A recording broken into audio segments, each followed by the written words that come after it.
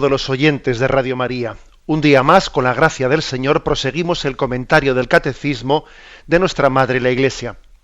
Estamos explicando estos días el apartado que tiene como título Vías de acceso al conocimiento de Dios. Es a partir del punto 31. El hombre tiene una capacidad racional, Dios le ha dado un entendimiento que bien utilizado puede llegar a concluir con certeza la existencia de Dios y sus atributos principales. Así lo afirmó el Concilio Vaticano I, en una definición en la que compromete también la fe de la Iglesia. El hombre, por naturaleza, tiene una capacidad de conocer a Dios. Otra cosa es que la utilicemos bien o que nos ofusquemos en nuestros razonamientos.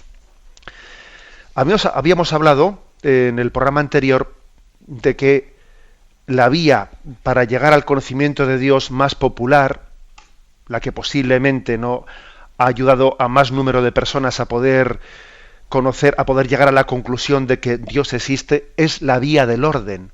¿De dónde procede el orden del mundo? Es una cuestión verdaderamente, pues podríamos decir, práctica. Lo lógico es el desorden. Si en este mundo no hay Dios y si no hay ninguna, por lo tanto, no hay ninguna leyes puestas por una inteligencia ordenadora y todo es fruto de un devenir casual, pero bueno, ¿de dónde viene el orden de este mundo? Bien, damos un paso más ahora, ¿no? Y después de haber hablado de la vía del orden, hablamos ahora, porque el punto 32 dice, a partir del movimiento y del devenir de la contingencia. Vamos a ver qué es esto de la contingencia. ¿Qué es la vía de la contingencia para llegar al conocimiento de Dios? Que nadie se asuste por la palabra que le puede parecer un tanto rara o extraña, porque es verdad que no la solemos utilizar en nuestro lenguaje común. Vamos a ver, ¿qué se entiende por contingencia? Estamos hablando de un concepto, bueno, pues que no es tanto físico, sino un concepto filosófico, metafísico. Porque decíamos, os recuerdo que no solo la física, no solo la matemática, no solo las ciencias experimentales son científicas, también la filosofía es científica. O sea, el hombre no solo tiene capacidad de conocer la verdad a través de la experimentación, no, también la razón, la razón que tiene una capacidad de deducir, sacar conclusiones, ¿no? A través de la lógica, etcétera, ¿no? A través del principio de causalidad, es una ciencia, una manera de conocer la verdad. Por eso que no nos metan ese gol de pensar que la verdad es únicamente la que puede ser demostrada por un cálculo matemático, por un cálculo físico o experimentado en un laboratorio. Que no nos metan ese gol. Bien, pues a lo que iba. Decimos que filosóficamente se distingue dos tipos de seres. Uno es el que se llama ser contingente, y por contingente, ¿qué se quiere decir? Pues es el que no tiene en sí mismo la razón de su ser. Esta mesa, que tengo al lado mío, y sobre ella tengo apoyado el libro del Catecismo, según hablo con vosotros, esta mesa, que es de madera, bueno, vamos a suponer que lo sea, porque hoy en día todo es de plástico, pero bueno, vamos a suponer que es de madera, pues esta mesa no se explica por sí misma, sino se explica por un árbol. Y ese árbol con el que han hecho esta mesa, pues tampoco se explica por sí mismo, se explica pues por un piñón. Y ese piñón pues se explica por un árbol que lo hizo. Es decir, las cosas contingentes son aquellas que no tienen en sí mismas la razón de su ser, sino que la han recibido de otro. Y ha recibido su ser de un anterior. A eso se llama ser contingente. Y el ser necesario, por el contrario, el ser necesario es el que tiene en sí mismo la razón de su ser, no necesita de otro anterior para explicarse porque existe por sí mismo y él da la razón de ser a otros, pero él no necesita de nadie para... Obviamente el ser necesario se identifica con un ser infinito que es Dios. Ser necesario, que es aquel que es por sí mismo y que no necesita de nada para explicarse y que da la razón de ser a otros. Nosotros filosóficamente lo identificamos con ser infinito o con Dios, ¿no? Bueno, pues el razonamiento es el siguiente. vamos a ver, un ser contingente no se puede explicar por otro contingente. Si yo voy en una cadena de que este ser contingente se explica por otro ser contingente anterior, y ese se explica por otro, y ese se explica por otro. Bien, pero no podemos seguir en una cadena infinita hacia atrás, porque si todos se explican por uno anterior, y no ha habido un ser primero que ha comenzado a dar la razón de su ser a los demás, nunca hubiese comenzado esa cadena, ¿no? Imaginaros aunque esto de la imaginación, la verdad es que hay que intentar no imaginar, sino más bien pensar, porque la imaginación nos suele jugar unas malas pasadas en la filosofía, ¿eh? Cuando uno quiere hacer un argumento filosófico, la imaginación no es una buena amiga, pero bueno, aun sabiendo que estoy arriesgando, ¿no?, metiendo la imaginación. Imaginaros una escalera. Este escalón último en el que estoy arriba se apoya en el anterior, es porque existe el anterior, y el escalón anterior es porque existe el anterior, y el escalón anterior es porque existe el anterior, y cada escalón se explica por un escalón anterior. Hombre, tendrá que haber una base primera que comenzó a dar el ser a un primer escalón, de lo contrario la escalera nunca hubiese existido. Si cada ser se explica por un anterior, vamos a ver, pues tuvo que haber un ser primero que comenzase esa escalera, de lo contrario nunca hubiese existido la escalera. A este argumento que estoy dando se le llama la vía de la contingencia, que como veis es un argumento filosófico, ¿no? Todo lo que empieza a existir es contingente. De la nada no procede nada, mire usted. De la nada no viene nada. Claro, y uno dice, claro, aquí ¿qué suele ocurrir? Que la imaginación nos guarda malas pasadas y entonces se dice, bueno, pero ¿Dios de dónde vino? Mire usted, si Dios hubiese venido de algún sitio, ¿o qué había antes de Dios? Bueno, si antes de Dios hubiese habido algo, no sería Dios.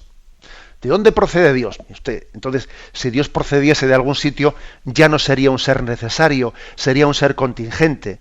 Y luego, quite esa pregunta porque está mal hecha. Además, cuando nosotros decimos qué había antes de Dios, en el fondo estamos haciendo mal una pregunta porque estamos preguntando desde el tiempo, pero Dios está fuera del tiempo. En Dios no hay antes de ni después de.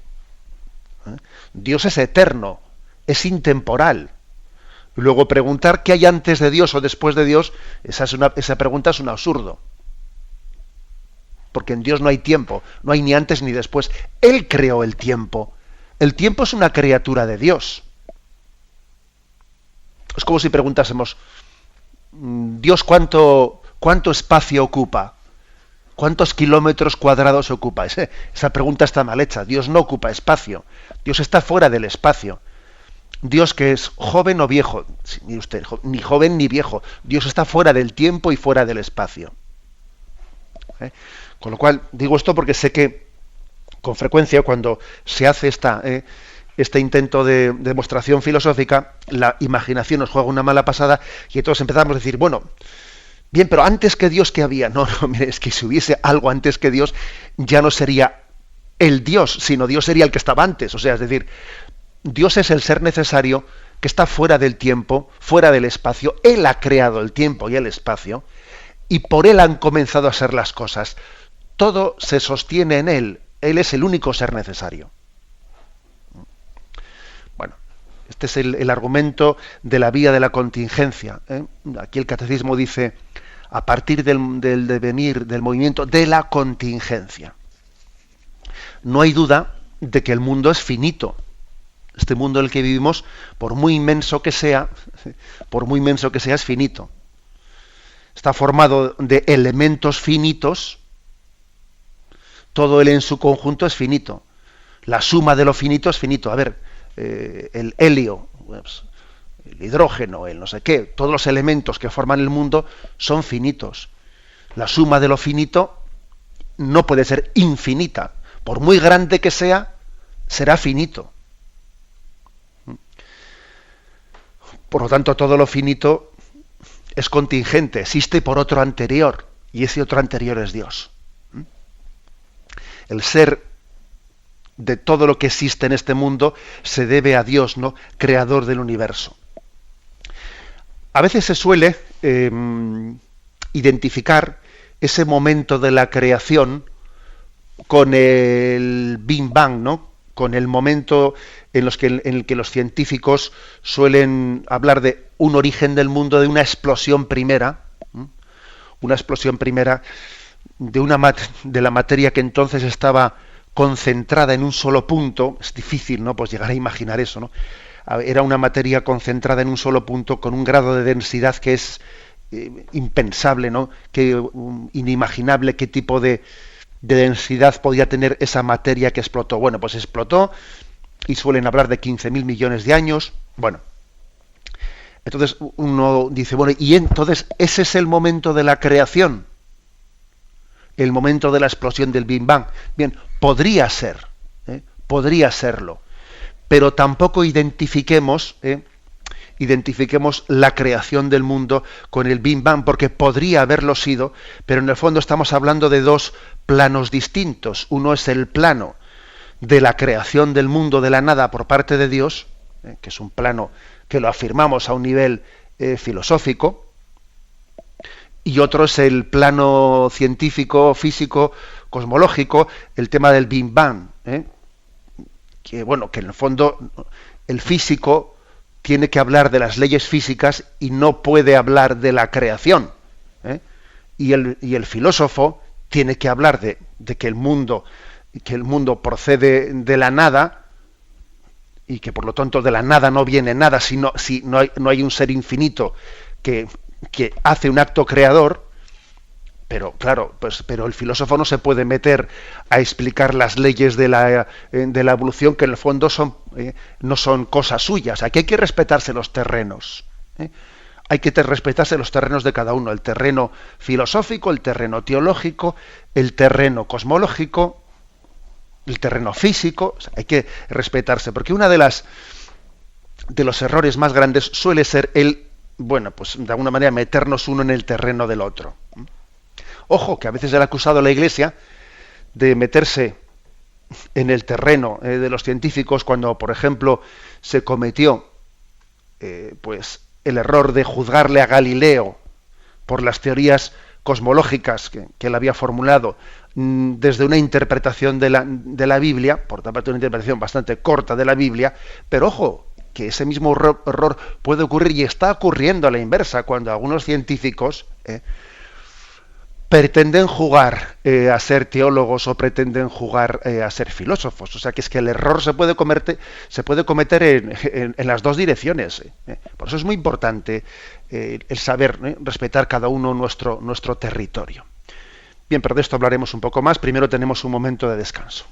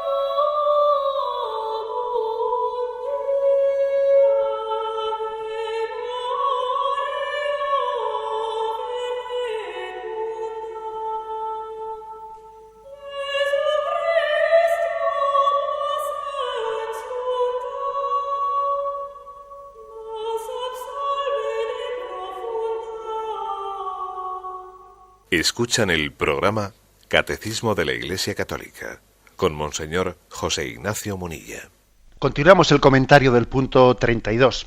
Estaba diciendo que es muy importante respetar los campos, que no se pretenda desde la revelación o desde la teología o desde la filosofía que no se pretenda hacer una visión cosmológica de la ciencia de los astros, ¿no? Es decir, que se respete el terreno de la ciencia experimental, de la ciencia astronómica, etcétera, pero al mismo tiempo que desde unos postulados científicos experimentales no se pretenda invadir el campo de la teología o de la filosofía o de la metafísica. Es el caso, fijaros bien, es el caso, porque la verdad es que la gran mayoría de la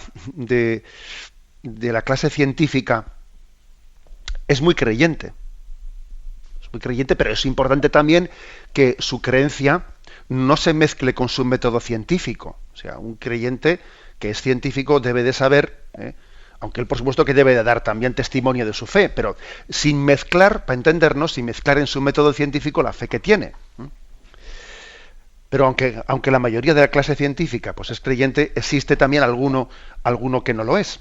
Y que además suele tener pues un tipo de eco mediático muy grande, ¿no? Es el caso de Hawking, de Stephen Hawking, que en el año, quiero recordar que en septiembre del año 2010, bueno, pues cuando estaba así cercana la visita del Papa Benedicto XVI a Inglaterra, bueno, pues hizo unas declaraciones en una presentación de su libro sobre el gran designio, el gran diseño, y lo que venía a decir era, en la rueda de prensa, no es necesario invocar la intervención de Dios para encender el interruptor que haga funcionar el universo, decía este científico agnóstico, ¿no? No es necesario invocar la intervención de Dios para encender la interrupción que haga funcionar el universo. Bueno, en el fondo él estaba volviendo un poco a subrayar lo que en su anterior libro, Brevísima Historia del Tiempo, había dicho, ¿no? Ahí había afirmado que si llegáramos a descubrir una teoría completa, sería la mayor victoria de la razón, pues llegaríamos a entender la mente de Dios. En el fondo nosotros seríamos Dios. Él hace eso, me dice, bueno, si tuviésemos una teoría completa de que lo explicase todo, pues entonces sería la victoria de la razón, ya no haría falta la existencia de Dios, ¿no? Esto es lo que dice este hombre. Bueno, en primer lugar, yo respondería de la siguiente forma. A mí me parece que todos tenemos que ser cada uno en nuestro campo y además procuremos ser humildes. Porque la vida nos demuestra que tenemos que ser humildes, ¿no? Entonces, eso de que un cosmólogo, ¿no? Que un cosmólogo moderno pretenda decir, yo voy a tener una teoría que lo explique todo sin que ningún otro científico sea necesario. Cuando yo saque esta fórmula ya no va a ser necesario ni teólogos, ni filósofos, ni metafísicos, ni nada, ¿no? Porque yo lo voy a explicar todo. Me parece un poquito, como diciendo, baja un poquito los humos, porque es bastante contradictorio decir, como dicen los científicos, que es una afirmación hecha, ¿no? Pues en este mismo momento, que la mayor parte de los componentes del universo los desconocemos, que la materia oscura, la energía oscura, son el 95%, repito, el 95% de todo lo que existe. O sea, es decir, que como mucho podemos conocer el 5%, ¿no? Y al mismo tiempo decir, yo voy a sacar una fórmula en la que conmigo lo explico todo para que Dios ya no sea necesario y mi razón lo entienda todo, ¿no? Bájate un poco del burro, no vaya a ser que ocurra que te piensas que lo conozcas todo y veas y estés viendo pues lo que ve el burrito y poco más, lo que ves desde los lomos del burrico. Pero quizás esta no sea el argumento principal que le podíamos decir a un científico como Hawking, ¿no? Que pretende negar la existencia de Dios desde un postulado físico. Habría que decirle que, sobre todo, y lo importante es que no debe de jugar a ser filósofo, como tampoco el filósofo, el teólogo, no deben de jugar a ser científicos. Está claro que, por ejemplo, lo que dice la fe de la Iglesia o la revelación, diciendo que Dios es amor y que la existencia es fruto del amor incondicional de Dios. Pero vamos a ver, ¿eso se puede demostrar en una ecuación matemática? Eso es indemostrable en una ecuación matemática.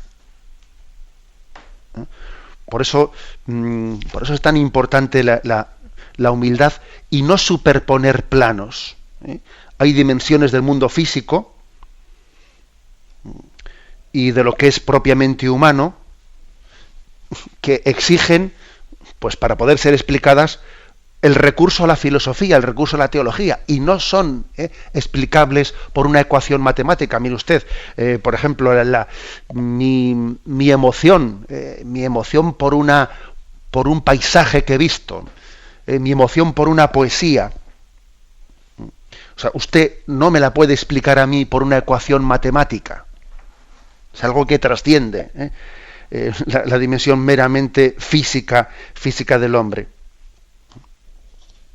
Por eso hablar sin más, ¿no? Pues que en el universo hay una autocreación.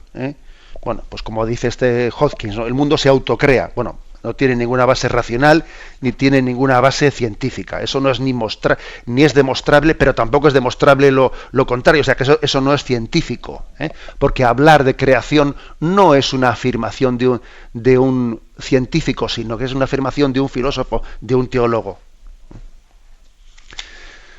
Cuando se utiliza la expresión creación espontánea como utiliza él, ¿no? Pues por general pues se está refiriendo a una siempre transformación de la materia. Un físico podrá hablar de la transformación de la materia, pero no puede hablar, no puede ni debe de hablar de la autocreación, porque es un concepto que está fuera de él.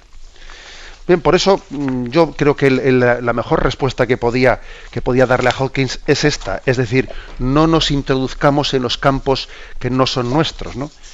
Imaginaros qué sería si, por ejemplo, se dijese: el cardenal de Milán ha asegurado que los fundamentos de la física de partículas son incorrectos, según los principios de la teología, y que es necesario someter a una profunda revisión los principios de física. Entonces, todo el mundo diría: pero bueno, se ha vuelto loco ese hombre, ¿a dónde va?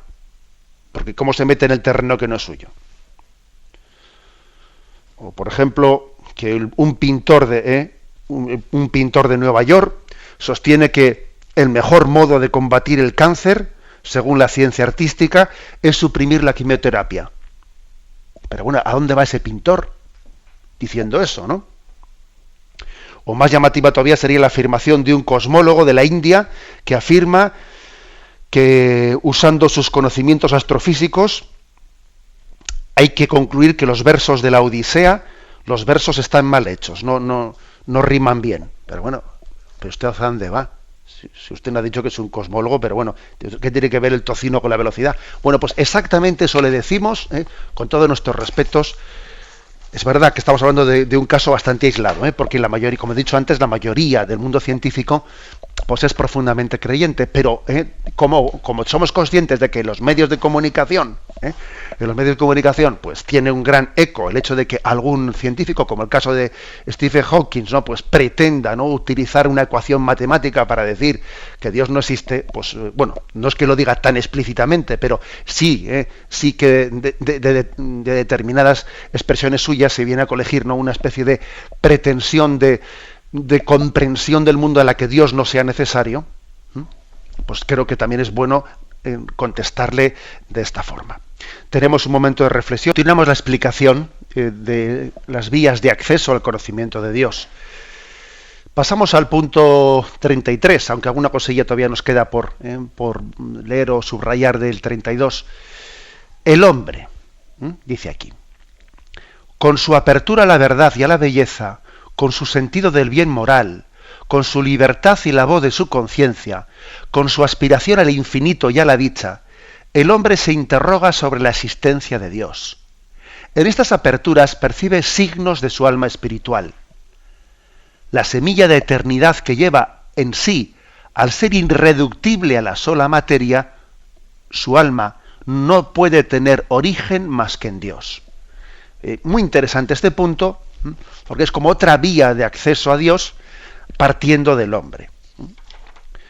Partiendo del hombre, bueno, digamos que San Agustín sobre todo fue el que habló de que en el hombre hay una búsqueda de verdad, una tendencia de infinito, que postulan, ¿no?, la existencia de Dios. Ahora bien, no la demuestran, pero el hambre de infinito que tiene el hombre, el deseo de plena felicidad, postula. Cuando digo postula, quiero decir que pide la existencia de Dios para que el hombre sea plenamente feliz, ¿no? Ahora, el hecho de que lo pida no quiere decir que eso lo demuestre. Pero hay otra manera de demostrarlo, que es un poco la que plantea aquí el catecismo. Otra manera de demostrarlo, es decir, partiendo con el siguiente razonamiento, ¿no?, filosófico, constatando que el hombre, en su búsqueda de la verdad, en esa tendencia que tiene al infinito, nos hace descubrir que en el hombre existe un principio espiritual. Un principio espiritual que es irreductible a la materia, que en el fondo llamémosle alma o llamémosle como queramos llamarlo, pero hay en el hombre un principio espiritual que no se explica solamente por su biología, que es el que tiene ese deseo de infinito. Y ese principio espiritual que hay en el hombre tiene que ser creado por Dios, tiene que tener en Dios su origen inmediato. Es decir, el alma espiritual no puede provenir de la materia, porque de la materia viene la materia, pero de la materia no viene el espíritu. El espíritu es algo simple, ¿no? Y la materia está compuesta de partes extensas en el espacio, ¿no? Y decía Santo Tomás que el alma, puesto que es una sustancia inmaterial y simple, no puede ser causada por generación, sino solo por creación. Decía Santo Tomás que es herético pensar, o afirmar que el alma intelectual sea generada con el semen. Es algo simple que no puede venir de la materia. En otras palabras, se puede generar lo que se puede dividir, la materia que se divide, ¿no?, que tiene partes extensas en el espacio. Pero verdaderamente el alma espiritual carece de partes extensas, no es divisible, luego no puede ser generada por los padres, luego tiene que ser creada inmediatamente por Dios. Entonces, bien, partiendo de este principio de que lo espiritual no puede venir de lo material, entonces uno pregunta, a ver, pero en el hombre hay acciones, hay actos que de los que podamos deducir que son actos espirituales y que por lo tanto no pueden provenir de la biología del hombre y que por lo tanto exigen la existencia de un principio espiritual en el hombre, llamémosle alma o como queramos llamarle. Pues sí, entendemos que sí. Entendemos que claro que hay actos concretos que eso vienen a demostrarlo, ¿no? Por ejemplo, la libertad, el hecho de que el hombre tenga libertad. La libertad significa autodeterminación.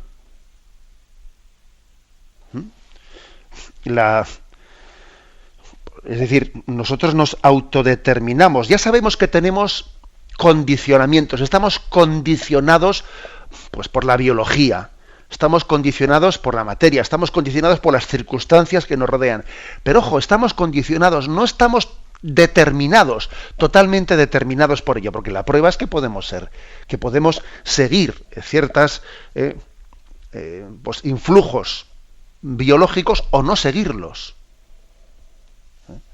No sé si habéis oído en alguna ocasión pues un hecho histórico, y es que en un caso que hubo en Estados Unidos de gemelos univitelinos, gemelos univitelinos suelen ser aquellos pues que llegan a tener un grado de código genético pues verdaderamente, ¿no?, muy similar, y que llegan a tener hasta incluso los mismos gustos, les gustan los mismos alimentos, sienten repulsión hacia los mismos, hasta se enamoran de la misma chica. Es decir, los gemelos univitelinos suelen llegar a tener, ¿no?, pues un grado muy grande de coincidencia, ¿no?, en el factor genético. Bueno, pues sin embargo, en ese caso que se estudió en Estados Unidos de gemelos univitelinos, uno de ellos, eran dos hermanos varones, y uno de ellos fue uno de los mayores especialistas de criminología, incluso quiero recordar que también impartió clases y escribió algún libro, no recordará su nombre, y su hermano, el gemelo univitelino, no fue criminólogo, sino que fue criminal y acabó sus días en la cárcel de San Quintín. Con lo cual dice, pues tú fíjate, o sea, mira si los dos desde el punto de vista biológico tenían una misma, pero luego cada uno con su libertad puede autodeterminarse, puede hacer lo que quiera. O sea, es decir, que el hecho de que tengamos libertad demuestra la existencia del alma. Si el hombre procediese como proceden los animales, condicionado por sus instintos, condicionado por su biología, condicionado por los elementos y las circunstancias que le rodean, entonces el hombre no sería libre. Y todos haríamos lo mismo, como de hecho los animales lo hacen, ¿no? En el animal es muy predecible. Los animales son copias de sus padres. Nosotros no somos copia de nuestros padres. El animal no se distancia de las cosas materiales en cuanto a cosas, y así él no puede elegirlas. Sus movimientos son siempre los mismos. En realidad, la historia del animal no es historia, sino que más bien es una vida vegetativa, una vida animal. Pero el hombre elige, el hombre se determina, el hombre es libre. Luego existe un alma, existe un principio no reductible a lo biológico,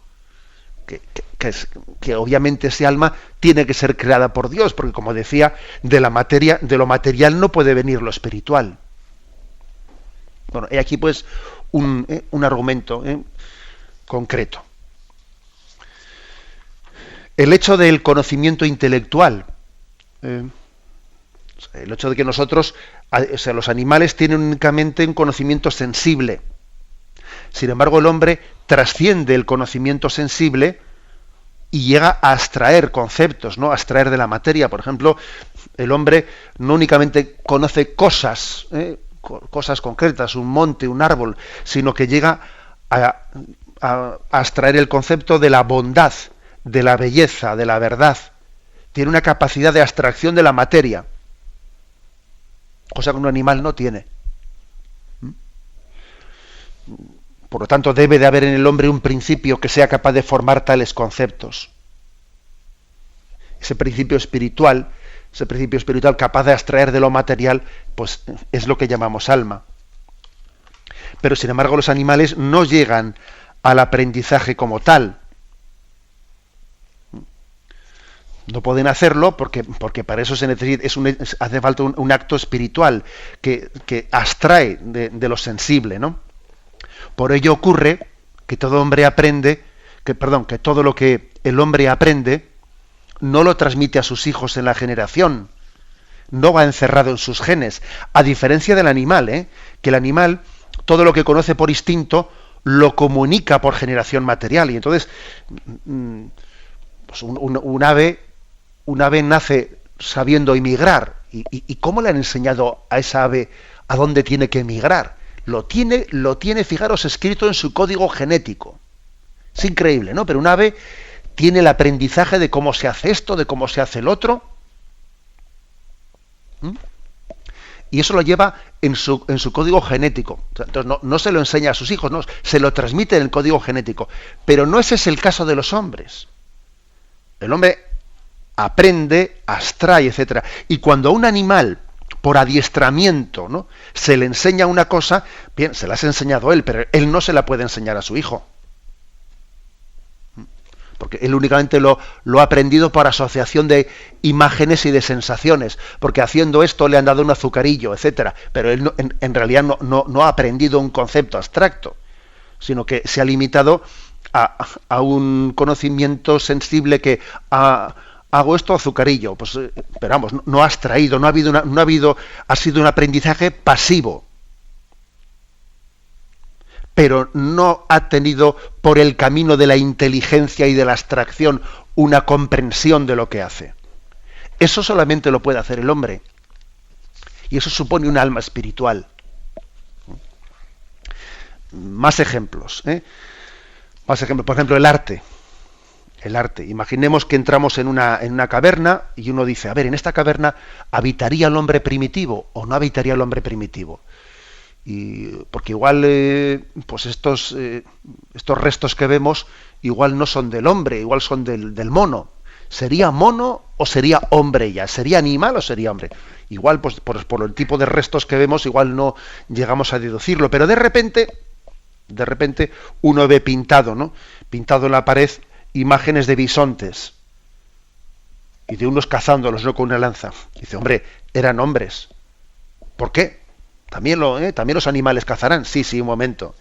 Pero un animal no puede pintar un bisonte, porque si el pintor tiene un concepto de bisonte, es decir, ha abstraído lo que es el bisonte, el arte es un fenómeno espiritual. Si alguien ha llegado a pintar, es que es hombre, no puede ser animal, porque tiene un fenómeno, tiene una capacidad de contemplación, de abstracción, de belleza, que el animal que solo funciona por instintos no puede tenerla. El animal no hace nada más allá de lo que sea útil para su vida, de lo que le pida el instinto. Pero el instinto nunca le pedirá pintar. El instinto nunca le va a pedir hacer una poesía. Jamás llegará a la contemplación el animal, al disfrute desinteresado de la belleza, a la contemplación de algo que no se traduzca en una utilidad inmediata. Es decir, la capacidad artística solamente se puede explicar no por el instinto biológico, sino se explica por el alma. Luego, si el hombre tiene alma, es que ha habido un Dios creador del alma, porque, repito, de la materia no puede venir el alma, de la materia viene lo material, no lo espiritual. Podríamos seguir con más ejemplos, por ejemplo, el sentido ético de la vida. El sentido ético de la vida también demuestra la existencia del alma, ¿no? La ética supone en el hombre la existencia de la conciencia. O sea, el convencimiento de que tenemos que actuar según, de acuerdo al bien moral y sin dejarnos llevar por el mal.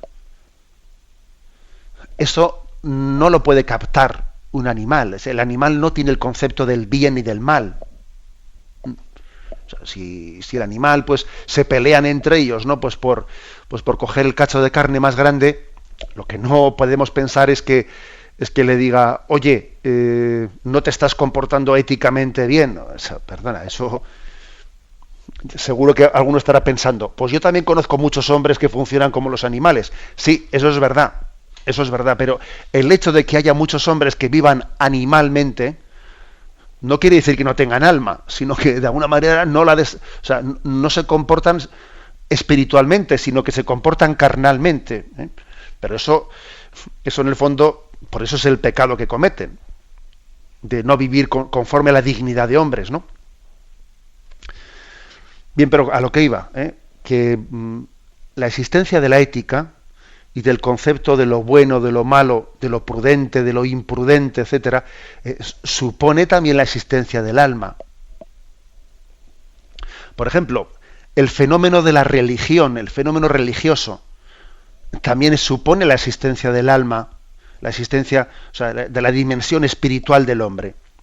Los animales carecen de religión. No pueden tenerla, es imposible. Porque el fenómeno religioso es un hecho radicalmente espiritual. Supone en el hombre una tendencia al infinito, que solo surge por la constatación de que las cosas de este mundo no le satisfacen plenamente, ¿no? Sin embargo, si a un animal pues, le satisface sus instintos, él ya no te pide más. Al animal dale de comer cuando tiene hambre, se aparea cuando está en celo, etcétera. Cuando tiene frío busca el sol, cuando tiene tal, y ya está, y no le pidas más. La tendencia al infinito pues es un hecho espiritual que no se encontrará en los animales. Por lo tanto, no es ajena a la religión, esto no digo por lo tanto, sino un argumento más, perdón. Es decir, la conciencia que tiene el hombre de que la muerte es un enemigo de nuestra felicidad plena, porque es que nosotros deseamos vivir para siempre, ¿no? Y que la muerte es un obstáculo, esa es una conciencia que la tiene el hombre. El animal no no se enfrenta a la muerte como nosotros nos enfrentamos. Para él no es un drama la muerte como lo es para nosotros. El hombre es el único. El hombre va a la muerte habiendo constatado que va a morir. El animal pues, no sabe que va a morir, sencillamente se muere, ¿no? O por instinto se retira a un sitio donde vaya a morir, pero sin la conciencia del drama que supone de búsqueda del infinito y búsqueda de la vida plena, ¿no? Bien, como veis, podríamos utilizar más ejemplos todavía, porque la deducción de que en muchas partes de la vida del hombre hay acciones espirituales, y que de las acciones espirituales se tiene que deducir que hay un principio espiritual en el hombre. Deducir eso, ¿no? Aquí hay acciones espirituales que requieren un principio espiritual. O sea, si el hombre es libre y no se determina por la materia, luego tiene que haber un elemento espiritual en el hombre, que no es material, llamémosle alma. Bueno, pues esta es una manera también de una vía de acceso a la existencia de Dios, llegar al conocimiento de la existencia de Dios a través de las acciones espirituales del hombre, que no solo postulan, no solo piden, sino que de alguna manera exigen la existencia de un principio espiritual. Bien, lo vamos a dejar aquí y damos paso a la intervención de los oyentes. Podéis llamar para formular vuestras preguntas al teléfono 917-107-700. 917-107. Don Eduardo desde Cádiz. Adelante, Eduardo. Buenos días. Yo quería preguntar, usted entiende mejor que yo de estas cosas, pero bueno, yo le digo lo que siente mi corazón. Ayer habló usted también de la paz del amor, cosa que yo no pude escuchar, pero me lo dijeron una persona conocida. Yo quería decirle o preguntarle, ¿podría ser que ese origen de la creación fuera una explosión de amor del corazón unitrino de Dios, aun después, por supuesto, de la desobediencia o rebeldía de Lucifer, que se convierte en odio, y Dios contesta con el amor y la creación, en la santa libertad de donde Él procede, o sea, de donde emana esa gran libertad que es Dios, unitrino, que no hay nada ni nadie, ni científico ni nada que pueda impedirlo. De ahí, por ejemplo, el dicho que de vuestros corazones sale también el bien o el mal. Y Jesús es el alfa y el omega. Buenos días, padre. De acuerdo, muchas gracias. Pues sí, yo le diría lo siguiente, me dice, bueno, podría ser que el mundo haya nacido de una explosión del amor de Dios. No es que pudiese ser, es que lo afirma claramente nuestra fe católica y la revelación que se nos ha dado en Jesucristo. Ahora, no entendamos que cuando hablamos de explosión del amor estamos mezclando eso con la teoría del Big Bang de una explosión primera. ¿Me explico? Porque entonces estaríamos un poquito como confundiendo plano teológico o plano físico. Ahora, pues sí que es muy hermosa la expresión explosión del amor de Dios, entendiendo que verdaderamente la creación tiene su explicación en la sobreabundancia del amor de Dios, que se aman entre el Padre, el Hijo y el Espíritu Santo, y que en ese amor, aunque es verdad que no necesitaban, no era fruto de ninguna ley imperiosa el que habernos creado, pero de la sobreabundancia del amor nace el mundo es creado. Por eso de la explosión del amor de Dios nace la creación. Y como bien ha dicho, es un acto de la libertad de Dios, que la libertad de Dios está totalmente conducida por el amor. Tenemos también una sanación del concepto de la libertad, cuando nosotros a veces lo entendemos como hacer lo que yo quiera, ¿no? La libertad es pues la conducción de nuestras acciones movidas por el amor. De acuerdo, damos paso a un siguiente oyente. Buenos días. Buenos días. Sí, le escuchamos. Adelante. Buenos días. Adelante. Mire, quería hacer un comentario sobre las vías de la demostración de la existencia de Dios. Adelante. Vamos a ver. Santo Tomás de Aquino explícitamente en la Suma contra Gentiles afirma que la existencia de Dios no es evidente para la mente humana. En eso, precisamente por eso, necesita de las vías de demostración. Y también en ese punto se opone o se distancia de la opinión de padres griegos como San Juan Damasceno, que afirma explícitamente lo contrario, y otros padres de la Iglesia oriental. Es decir, que Santo Tomás adopta en ese punto una actitud, podríamos decir, moderna, ¿no? Y a partir de ahí, con la ayuda de esos comentarios aristotélicos, trata de aprovechar para hacer las vías, ¿no? Pero en eso se distancia claramente de los padres orientales. Nada más. Muchas gracias. Gracias. Sí, Santo Tomás distingue dos cosas. Una cosa es la evidencia y otra cosa es la certeza. La evidencia, a la evidencia se llega pues por las ciencias experimentales. Por ejemplo, yo puedo tener evidencia, tengo evidencia de la circulación de la sangre, pues porque hay toda una serie de pues estudios sobre ella, etcétera. Pues aunque yo no la haya visto, porque no me he metido dentro de las venas para ver cómo corre la sangre, pero tengo evidencia, ¿no? Sin embargo, desde el punto de vista de la filosofía, no se buscan, o sea, no se pueden buscar evidencias, porque como la propia palabra lo dice, para eso hay que verlo, o sea, hay que tener una fórmula, una forma experimental, ¿no? Para poderlo captar. Pero sí tenemos, fijaros bien, sí tenemos capacidad de certezas. Racionalmente concluimos que la existencia de certezas, con lo cual hay Santo Tomás distingue dos tipos de ciencias, ¿no? Las ciencias experimentales, que tienen una forma de conocer la verdad, que son las evidencias, y las ciencias racionales, las ciencias que nosotros llamamos hoy en día, especialmente del humanismo, que llegan a conocer la verdad a través de las certezas. Son dos grados, dos formas de conocimiento de la verdad: las evidencias o las certezas. Damos paso a un siguiente oyente. Buenos días. Hola, buenos días. Buenos días, sí, le escuchamos. Soy Javier, buenos días. Adelante. Mire, es que quería saber si cuando hablamos del alma y el espíritu, si es la misma cosa. Yo, cuando he leído aquí en las cartas de San Pablo a los tesalonicenses, la despedida le dice que el Dios de la paz os ayude a vivir como os corresponde, auténticos creyentes, que todo vuestro ser, espíritu y alma y cuerpo se conserve irreprochable para la venida de nuestro Señor Jesucristo. Entonces tenía esas dudas. Sí, sí. Vamos a ver, sí. Nosotros cuando el catecismo de la Iglesia Católica pues expone la doctrina, el concepto de alma y el concepto de espíritu pues son sinónimos. Es verdad que uno podría buscar en algún texto bíblico, como el que ha leído el oyente, en algún texto de Pablo en el que se habla en la misma frase de alma y espíritu, como si la palabra espíritu añadiese, bien, no estamos hablando, no es que se añada algo ontológicamente, ¿no? Como si el espíritu ontológicamente es algo distinto del alma.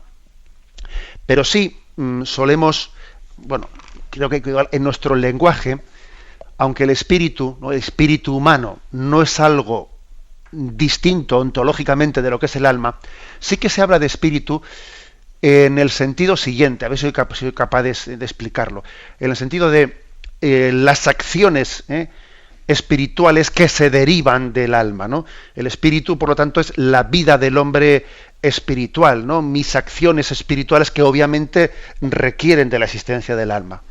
En resumen, desde el punto de vista del ser ontológico, alma y espíritu es lo mismo, pero se suele utilizar la palabra espíritu cuando especialmente hablamos ya de el alma puesta en acción. El alma, porque como podéis imaginar, no existe el concepto cuerpo y alma, no son dos conceptos estancos con un muro de separación, sino que en nuestra vida física, nuestra vida biológica, nuestra vida humana, está espiritualizada. Está espiritualizada. Entonces, en ese sentido, se utiliza el concepto espíritu, que es como una prolongación, una invasión del alma en toda nuestra vida humana. Damos paso a un siguiente oyente. Buenos días. Buenos días, Monseñor José Ignacio. Escuchamos, buenos días. Bien. ¿Con quién hablamos? Pues Con Ángel Salvador. Muy bien. Tengo el honor de ser doctor en ciencias físicas y meteorólogo. Hombre, encantado. Toda su explicación sobre la existencia de Dios me parece maravillosa. Y yo como meteorólogo, ya jubilado, pero veo que es tan fuerte la existencia del sol, la existencia de las nubes, el movimiento de las nubes a un lado y hacia otro, unas veces llueven, otras veces no, la tierra girando y sin embargo para nosotros estando quieta, todo esto es una grandeza tan grandísima que no ha podido ser creada sola, esto ha tenido que ser un superior infinito en el tiempo, es decir, Dios, porque la grandeza de la existencia de la naturaleza, de la física, de la meteorología, es tan grande que solo es Dios el creador. A mí me avergüenza que un físico de Inglaterra me parece que niegue la existencia de Dios, cuando la física es lo más grande para demostrar como dato experimental que Dios existe. Pues muchísimas gracias por su testimonio, que nos honra también tener oyentes como el que nos escucha. A veces a mí me da un poco de vergüenza explicar ciertas cosas, sabiendo que igual te está escuchando, pues como en este caso, pues un científico que dices tú, madre mía, seguro que tenía que haber yo precisado más los términos y las cosas, ¿no? Y uno tiene un poco la impresión de que es un poco atrevido, ¿no? Cuando a veces tiene que explicar cosas sin ser especialista, pues en nada, ¿no? En concreto. Bueno, pues, pero bendito sea Dios, ¿no?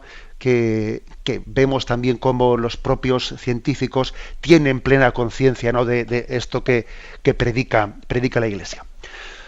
Damos paso a un siguiente oyente. Buenos días. Buenos días. Sí, le escuchamos.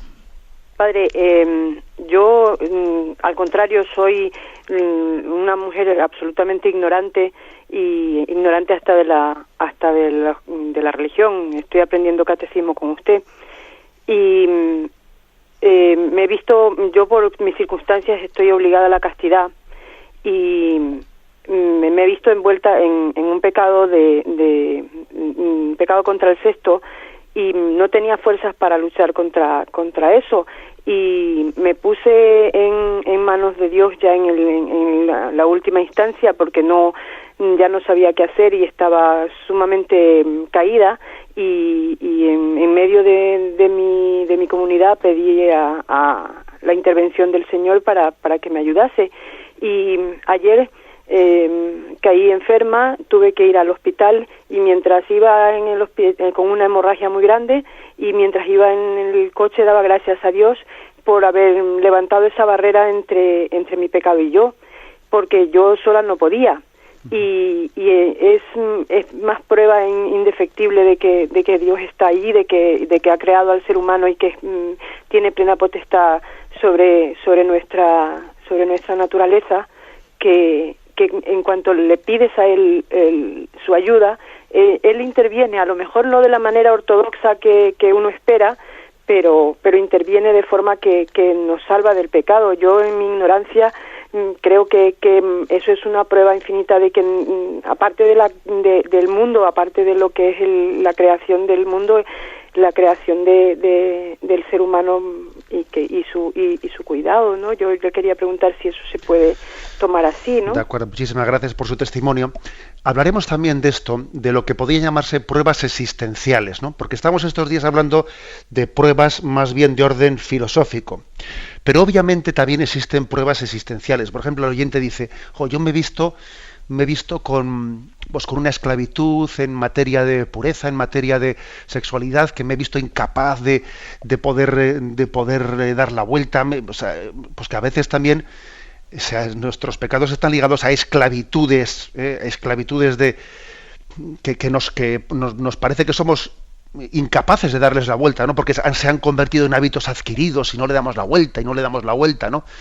Y nuestra voluntad es esclava de los instintos, ¿no? Entonces, de repente, hay un momento en nuestra vida en que Dios nos da una gracia capaz de decir, bueno, pues ahora por su gracia soy capaz de vivir con facilidad en lo que antes me veía un esclavo, ¿eh? Y no es porque yo haya luchado, sino porque es que veo que es una gracia liberadora, ¿no? Entonces, eso obviamente es una prueba existencial, ¿eh? De la gracia de Dios, de su existencia, ¿eh? No será una prueba filosófica, pero es una prueba existencial que mueve mucho el corazón porque uno la ha experimentado interiormente. La bendición de Dios Todopoderoso, Padre, Hijo y Espíritu Santo, descienda sobre vosotros. Alabado